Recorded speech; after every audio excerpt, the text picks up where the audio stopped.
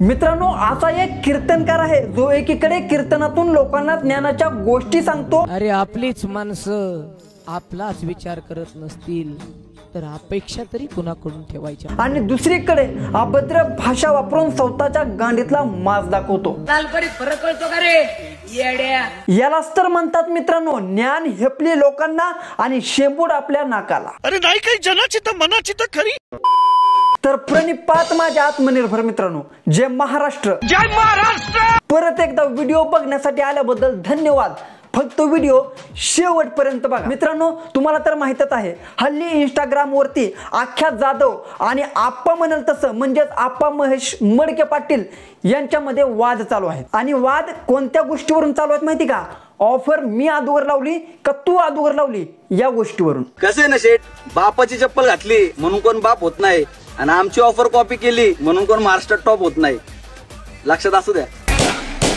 आणि हा काय म्हणलं तू? बापाची चप्पल घालून कोणी बाप होत नाही?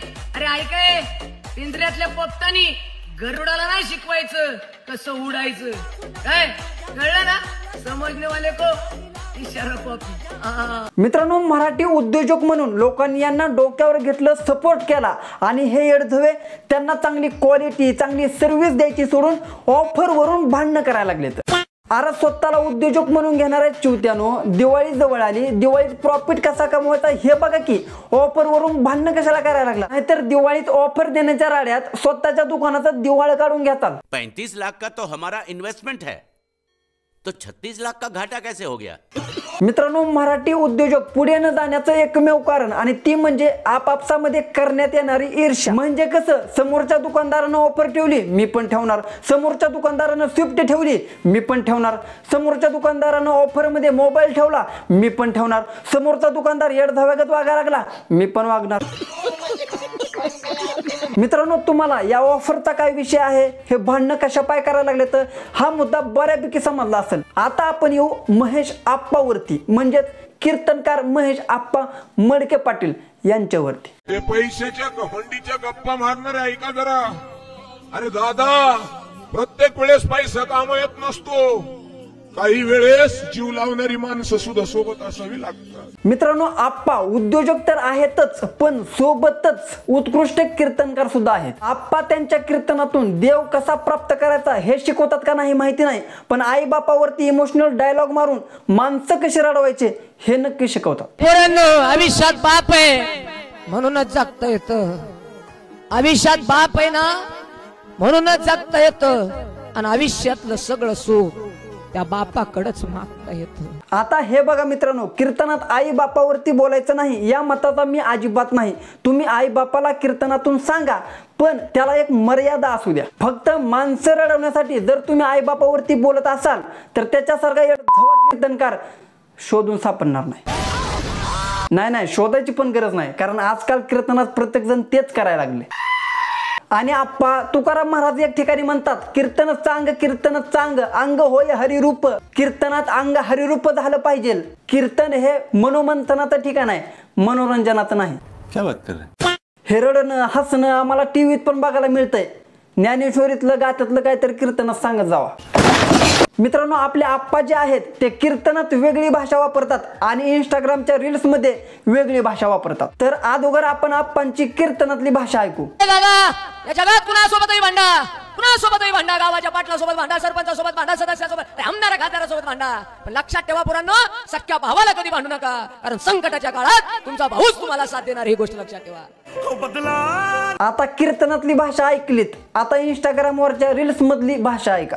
अरे तुम्ही 30 शाखेत मिळून लावली स्विफ्ट, या पठ्ठ्याने वन साइड लावली स्विफ्ट, आणि हा राहिला विषय घोड्याचा, तुला घोड्यात लालपरीत फरक कळतो का रे येड्या? अहो आप्पा, तुम्हाला प्रत्येक वेळेस जाणीव करून द्यावं लागते की तुम्ही एक कीर्तनकार आहेत। तुमच्या तोंडातून असली अभद्र भाषा शोभत नाही। भलेही तुम्हाला समोरचा कोणत्याही भाषेमध्ये बोलत असला तरी तुम्ही तुमची मर्यादा सोडली नाही पाहिजे, कारण तुम्ही कीर्तनकार आहात। तुम्ही वारकरी संप्रदायातले लोक आहेत आणि खास म्हणजे कीर्तनकार। मग तुम्हाला अक्कल नाही का की समाजात तुम्ही कसं वागलं पाहिजे? काय तू राव? पंढरीच्या लोकांनाही अभिमान पाया पडे जन एकमेका या प्रमाणावरून हे समजतंय की वारकरी संप्रदाय हा करुणेनं लीनतेनं आणि गुन्ह्या गोविंदानं राहायला शिकवतो. उगरी टवाळ माजल्यागत वागायला नाही शिकवत आप्पा. काही जण मला ट्रोल करतात, हप्त्याने मोबाईल घेतो. अरे मी आठवड्याला मोबाईल बदलतो आणि तू काय सांगतो मला हप्त्याने घेतो, पैसा लागतो त्याला. कळलं का कसं आप्पा म्हणून तसं. आता आप्पा मला सांगा, याला तुमचा माज नाही म्हणायचं तर आणखीन काय म्हणायचं? तुमचं कसं झालंय माहिती का आप्पा? कीर्तनात सांगायच्या ज्ञानाच्या गोष्टी आणि वास्तवामध्ये माजलेल्या बोकडासारखी ठेवायची वृत्ती. भाऊच्या घरात बसायला खुर्ची नाही आणि भाऊ काय म्हणतोय, हम खडे तो सरकार से बडे. अरे कसं चालायचं भाऊ? जरा सुधरा. आप्पा सुधारायची गरज भाऊला नाही तुम्हाला आहे. अगोदर तुम्ही सुधरा आणि मग लोकांना सांगा सुधरायला. तू काय म्हणला? माझ्या दुकानचं नाव मावळ्याचं आहे. अरे 100% मावळ्याचं आहे, याचा आम्हाला अभिमानच आहे. तू पण मावळा आहे, मी पण मावळा आहे. तुम्ही दोघे पण महाराजांचे मावळेच आहेत ना? मग महाराजांचे मावळे एकजुटीने युद्ध करत होते, तुम्ही एकजुटीने व्यवसाय का करू शकत नाही? आणि सणासुदीच्या दिवसामध्ये तुमच्याकडे लोकांनी कपडे घ्यायला यायचं का तुमचे भांडणं बघा यायचं? बात तो सही है. प्रत्येक जण आपण मावळा आहे, पण मावळ्याचे गुणही आपल्या लक्षात असले पाहिजे. आप्पा मावळ्याचे गुण काय आहेत ते नंतर लक्षात आणा. अगोदर कीर्तनकाराचे काय गुण असले पाहिजेत हे लक्षात आणा. आणि आप्पा मला एक सांगा, तुम्ही कीर्तनाच्या ठिकाणी रील शूट करताय का घरी एखाद्या कोपऱ्यात उभा राहून रील बनवताय? नाही, इमोशनल डायलॉग वगैरे बोलून लोकांची सिंपती घेण्यासाठी तुम्ही रील तर बनवत नाहीत ना? नाही, काय झालं माहिती का, मी जरा थोडं निरीक्षण करून बघितलं तर तुमच्या डोळ्यामध्ये ती रिंग लाईट चमकायला लागली. आता मला तर वाटत नाही बाई की कीर्तनाच्या ठिकाणी कोण रिंग लाईट आणून बसवत असेल. अहो आप्पा कशाला इतकं हिपोक्रेट वागताय? भोळ्या बाबड्या जनतेला तुम्ही मूर्खात का काढताय? बंद करा हे. आणि खरं सांगू का, तुम्ही कीर्तन सुद्धा बंद करून टाका, कारण तुमची पात्रता नाही ते करण्याची. मित्रांनो, माझे शब्द जरी कडू वाटत असले तरी ते खरं आहेत, कारण अशा कीर्तनकाराची गरज ना समाजाला आहे आणि नाही वारकरी संप्रदायाला. अरे हरामाचा पैसा, अरे हरामाचा पैसा माच करायला शिकवतो, पण घाम गाळून कष्टाने आलेला पैसा हा इमानदारीने जगायला शिकवतो. मग आप्पा मला सांगा, तुम्ही सध्याला हरामाचा पैसा कमवताय का? नाही, सध्याला तुम्ही माच करायला लागलात म्हणून म्हटलं. पैसा लागतो त्याला. कळलं का? मित्रांनो, आप्पावरती बोलण्यासारखं बरंच काय आहे, पण आपण आपल्या आजच्या या व्हिडिओमध्ये इतकंच पुरेसं समजू. मंडळी, मी फक्त आप्पाच्या इंस्टाग्रामच्या अकाउंटवर असलेल्या रील्सवरती बोललोय.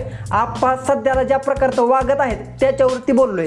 त्याच्यामुळे वास्तवामध्ये आप्पाशी माझं कसलंही घेणं देणं नाही किंवा आप्पाला अजिबात हेट नाही. माझ्याकडून आप्पाला भरभरून प्रेम. फक्त आप्पांच्या चरणी एवढीच प्रार्थना करतो की थोडंसं नीट झक मार. तर बास मित्रांनो, आजच्या व्हिडिओमध्ये एवढंच. जर तुम्हाला हा व्हिडिओ आवडला असेल तर व्हिडिओला लाईक करा, चॅनलला सबस्क्राईब करा.